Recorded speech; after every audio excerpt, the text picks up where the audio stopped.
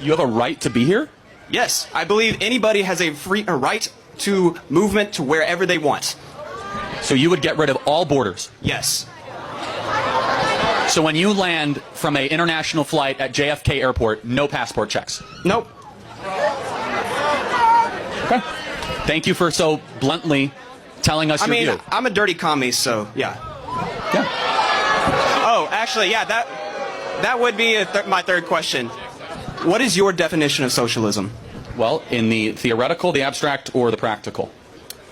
Take your pick. So socialism, as written by Marx, is when the workers own the means of production. Exactly. In the actual practical, it's when a small group of very powerful, pernicious people are able to control the rest of the population under the guise of helping the many, when in reality it helps the few, and you get dictatorship, murder, and slaughter, and the revolution never actually comes. Okay. It ends in 100 million people dead over the last 100 years.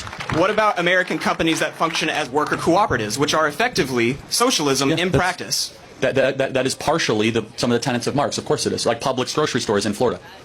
Okay. So you're in favor of worker cooperatives then? Yeah, if it's done voluntarily, that's the key. Yeah, exactly. I would agree. For example, in a church, if you go to a church and everyone says we're going to go share this meal, that's a voluntary cooperation. But socialism is not hinged on voluntarism. It's using a gun. It's by force you must be part of this. Well, by force you must give us your money. By force you're going to be part of our cooperative. Voluntarism is something we all support. It's when you start to use the heavy hand of the state that we start to object it.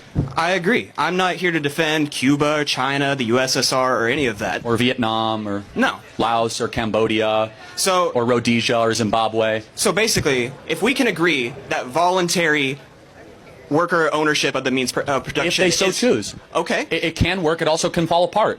There's plenty of instances where it does. Because the problem is this, is that the incentive structure sometimes for innovation with voluntary cooperatives is not always very strong or robust.